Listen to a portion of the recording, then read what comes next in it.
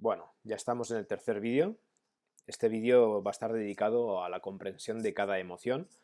Vamos a ver cómo cada emoción tiene un significado determinado y que entender ese significado nos puede ayudar a detectar y definir más lo que estamos sintiendo en cada momento, para luego también poderle dar una respuesta más idónea hacia la satisfacción de esa misma emoción. Recordemos que una emoción me dice que hay una necesidad que no está siendo satisfecha. Si no sabemos cómo satisfacerla, lo más normal es que usemos un distractor para dejar de sentirnos incómodos o dejar de sentir esa emoción, y ese es el origen de hábitos nocivos, adicciones y demás. Por ejemplo, vamos a empezar con la rabia, la ira también. Podríamos decir que la ira es más que rabia, pero que sigue el mismo proceso. La rabia biológicamente es muy útil aprender a pensar en biológico. ¿Qué tiene que pasar en un animal cualquiera, obviamente un mamífero que pueda sentir emociones, para que sienta rabia? Si yo sé pensar de esa manera, si pienso de manera biológica, me daré cuenta que de manera simbólica yo puedo estar viviendo una experiencia similar, aunque no esté sucediendo lo mismo que sucedería en la naturaleza. Simbólicamente sí que puede representar lo mismo esa experiencia que vivo. Por ejemplo, un lobo puede haber cazado una presa y esa presa pues se la está comiendo, y aparece otro lobo que quiere quitarle ese trozo de carne. Ahí, si ese lobo pues, es bastante potente, pues sentirá rabia para así atacar y conservar su presa, que su presa también es su propia plaza en el grupo, su identidad, y que entre otro lobo a tomarle aquello que es suyo, que siente suyo, es algo injusto, que agrede su identidad, que se mete en su zona, en su plaza, y que es injusto. La rabia, entonces, podríamos decir que aparece cuando vivimos una experiencia que percibimos como injusta. Algo que pensamos en nuestra escala de valores que tendría que ser, nos está respetando algún valor hacia nosotros o hacia alguien que nos importa. Así esa rabia permitiría, pues, que yo pueda reaccionar y luchar, ¿sí? Ponerme, porque imaginaros que no pudiera sentir rabia, me estarían pisando constantemente. La rabia sirve para que pueda defender mi plaza, aquello que siento que es justo, aquello que siento que es mío. Entonces, ese sería el significado de la rabia. ¿Cómo sería poder gestionar esa emoción? Pues tomar acción. Obviamente no tiene por qué ser morder, el lobo pues tendrá unos mecanismos muy básicos, como puede ser morder al otro. Nosotros podemos pues hacernos respetar de una manera proporcional, tomando una acción, diciendo basta, cambiando de situación. Luego ya sería ver qué tipo de acción tomar más adecuada. Si no tomo acción, esa rabia quedará dentro de mí y se puede convertir en un patrón dentro de mí, que luego incluso puedo reaccionar hacia quien no toca o hacia algo que no sería el origen de la rabia, y ahí es donde la expresamos cuando no toca de manera visceral y aumentada. Si yo voy acumulando experiencias donde siento que algo es injusto y no las gestiono, luego me pueden generar que explote cuando menos adecuado sería, con la persona menos indicada, en el sentido de que puedo atacar a alguien que simplemente hizo algo que no era proporcionalmente grave, pero yo ya venía cargado. Eso viene por cuando no estamos gestionando las emociones a tiempo. Entonces, la rabia, algo injusto está pasando a alguien o algo. Luego, derivada de esa, podría haber la culpa. La culpa es una emoción que se siente cuando siento que yo he hecho algo injusto a alguien. También es muy útil la culpa. La culpa permite que no estemos transgrediendo valores sociales, que no estemos faltándole respeto a cualquiera, que no estemos matando así a doquier, porque como tampoco pasa nada, ya no se trata de si luego me meterán en la cárcel por las consecuencias, sino por la empatía que yo puedo sentir en que a mí no me gustaría que hicieran eso. Ahí es donde sentimos la culpa. Gracias a la culpa nos empuja pues a enmendar una situación, a pedir perdón, a hacer alguna acción que enmende aquello que hice, ¿de acuerdo? Si no fuera por la emoción de culpa, no pasaríamos a esa acción y no podríamos recuperar precisamente la paz. Cuando esa emoción la satisfacemos tomando una acción coherente, pidiendo perdón, enmendando, esa emoción dejará de sentirse y precisamente podré recuperar mi paz. Gracias a la emoción puedo recuperar la paz. Si en cambio esa culpa pues no la atiendo, pues puede quedar dentro de mí y generar pues justificaciones, maneras de... puedo convertirme en una persona muy sarcástica, por ejemplo. Entonces, culpa. Algo que siento que yo he hecho es injusto. Vamos a hablar ahora de la tristeza. La tristeza cuando siento que podríamos hablar de la pena, pena y tristeza. La pena, podríamos decir que cuando un animal, cualquier animal, pues siente que hay una pérdida, está perdiendo algo, pues puede notar esa tristeza. Esa pena que precisamente es algo que yo necesitaba, que estoy perdiendo, que puede derivar también en tristeza. La pena y la tristeza harán que de alguna manera yo pueda reclamar también al grupo, porque somos animales que estamos diseñados a vivir en grupo, pues una atención, un apoyo.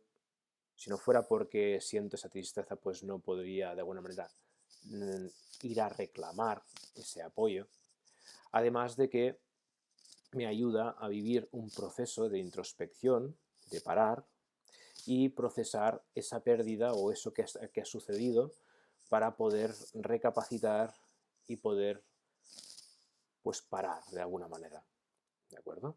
Cuando sentimos una pena, tristeza, pues podemos ir a satisfacerla pues buscando eso, ese apoyo de alguien, de una persona, expresarla, porque hay un cambio en la vida que hay que trascender, que habrá que procesar, y ahí pues nos llevará hacia adentro esa emoción, hacia atender aquello que sentimos que necesitábamos y no tenemos, necesitamos y no tenemos hasta ahora para poder atenderlo. Fijaros cómo cada emoción nos lleva a que atendamos algo. Si esa pena no la quiero sentir y me empiezo a distraer y distraer y distraer, pues lo único que voy a hacer es que, pues eso, cuando me encuentre a alguien con pena, pues no querré escucharlo. Me voy a convertir también en una persona, como decíamos antes, pues desapegada de emociones, no voy a poder interactuar con otras personas a la profundidad que realmente puede generar una vida más rica, interna. La pena, la tristeza, algo pierdo, algo que necesito, pues ya no está. Y necesito ese apoyo del grupo. Seguro que habéis visto alguna vez algún documental donde alguna manada de ñus, por ejemplo, o de cebras, pues están corriendo porque los leones las persiguen y una queda rezagada. Y entonces, pues, cuando está siendo atacada por los leones empieza a gritar, empieza a generar una expresión de pena, ¿sí? De miedo también, pero la cuestión que esa pena genera que pueda venir a algún otro miembro a ayudarla. Si no viene ninguno, pues se irá sintiendo pena, obviamente. Nosotros los humanos tenemos otros medios para poder reclamar y es nosotros, pues, ofrecernos a que haya ese apoyo, abrirnos a que poder expresar esa pena. Luego también, pues de ahí podría haber la soledad. La soledad como una emoción que nos indica que necesitamos ese contacto humano o un contacto de algo, de alguien que nos aporte pues esa compañía. La soledad es una emoción muy subjetiva y que dice que precisamente necesitamos ese contacto. Cuando una persona con soledad no atiende la emoción, tiende mucho a desviarla, a distraerse con cualquier cosa, a buscar la conexión ya sea por redes, la conexión en cuanto a una distracción que me sienta conectado a algo, incluso drogas también. Entonces es importante detectar esa soledad y, bueno, podemos hacer cosas como ampliar nuestro círculo, apuntarnos a algún tipo de actividad donde se haga algo que nos motive, cualquier cosa que nos permita conectarnos de manera sana, porque hay maneras de conectarse, hay maneras de conectarse más sanas, otras no tan sanas, pues abrir nuestro abanico de conexiones sanas. Hay quien baila, hay quien toca un instrumento, hay quien aprende un idioma pues compartiendo un idioma con alguien que no sabe el suyo y así pues enseña y aprende a la vez. Cualquier cosa es posible y positiva cuando aparece la pena y vamos a satisfacerla, conociendo que esa emoción nos indica que por la razón que sea necesitamos contacto. Luego, la ansiedad, la sensación de ansiedad. Las cosas que me pasan siento que no me percibo incapaz de ser capaz de satisfacerlas, de afrontarlas. También con la sensación de que algo malo podría pasar. Entonces, ahí, si sentimos esa ansiedad, podemos ir a detectar cuáles son las cosas, haciendo una lista de las cosas que nos pasan por la cabeza que tenemos que hacer, que pensamos que vamos a tener que afrontar y que nos sentimos incapaces. Ahí podemos ir a adquirir habilidades nuevas, pedir ayuda para que nos ayuden a poder afrontar eso. A veces personas que sienten ansiedad pues están en un entorno familiar que se cargan de todos los problemas y no piden ayuda. Entonces lo que podemos hacer es dejar de presuponer que los otros tendrían que ayudarnos y decir, oye, por favor, me pasa esto, pues mira, siento que esto se me hace muy cargante, ¿me podrías ayudar con eso? Algo tan sencillo, he visto muchas veces que puede ser la solución de una ansiedad, además luego de trabajar internamente las capacidades. Aquí estamos hablando de la satisfacción, la gestión de la emoción en una primera instancia, pudiendo dar aquello que está pidiendo la emoción un poco desde fuera. Luego también se pueden trabajar aspectos internos, pero de momento vamos a empezar por ahí. ¿Qué pasa? Que también cuando nos percibimos incapaces de poder afrontar aquello que nos pasa, podemos sentir impotencia, ¿de acuerdo? La frustración, la impotencia, aquello que hago no funciona. Ahí vendría la frustración. Y no puedo hacer nada para cambiarlo. Impotencia. Cuando siento que hay frustración porque lo que hago no funciona, un mecanismo útil es probar de hacer cosas diferentes. Muchas veces hacemos lo mismo y lo mismo y lo mismo buscando diferentes resultados y eso nos frustra mucho. Cuando eso lo mantenemos en el tiempo, tenemos una expectativa y el resultado no se alinea con la expectativa que tenemos y nos frustramos.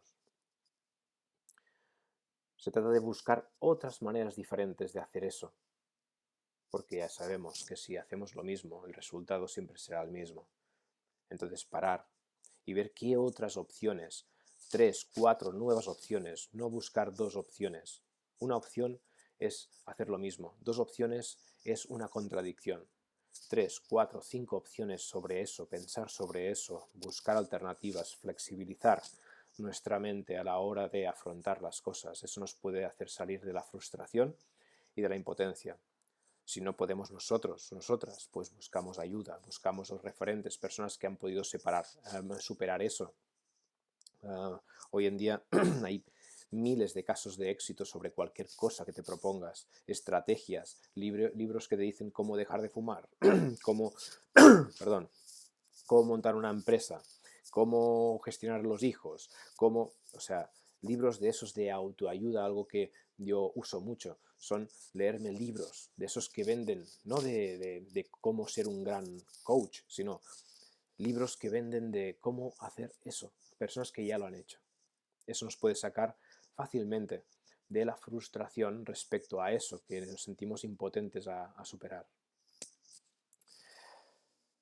Luego estaría emociones muy básicas de asco, miedo, de hecho la más característica podríamos decir que sería el miedo. El asco, para dejar el miedo para el final, es simplemente cuando nos vamos a relacionar con algo que sentimos que podría ser incómodo para nosotros, peligroso a nivel tóxico, en el que no tiene por qué pasar algo muy malo, pero sí que me voy a poder sentir muy incómodo hacia eso que no es algo agradable para mí. Entonces, el asco, cuando sentimos, por ejemplo, que se puede sentir obviamente hacia un alimento o hacia una cosa, pero también hacia una persona, se trata de valorar un poquito si eso que siento, el asco que siento hacia esa persona, por ejemplo, o hacia una situación, corresponde a un asco lógico o podríamos decir racional. Sí, sí, eso es algo que debo evitar. O es simplemente por un anclaje de una experiencia, por cómo sucedió algo en mi pasado, que ahora se dispara aquí, pero que no tiene por qué ser de esa manera. Cuando sentimos asco, o cualquier emoción también, podemos preguntarnos, ¿es imprescindible sentir esa emoción hacia esta persona o hacia esta situación? ¿Es imprescindible? ¿Siempre, siempre, siempre eso es así, como lo veo? ¿Es útil sentir esto ahora? Si la respuesta es no, podemos valorar si esta situación realmente merece esa emoción. Con estas dos preguntas, ¿es imprescindible? ¿Es útil? El miedo, que es la emoción primaria incómoda, es algo malo va a pasar. Miedo nos protege de tantas y tantas situaciones. Pero cuando el miedo queda instalado y de manera exagerada hacia algo, que se puede convertir incluso en una fobia, ahí es donde podemos hacernos estas dos preguntas. ¿Es imprescindible sentir miedo? Siempre, siempre, siempre que pasa esto, luego pasa algo malo. ¿Alguna vez que estaba pasando esto, luego no pasó nada o incluso algo bueno?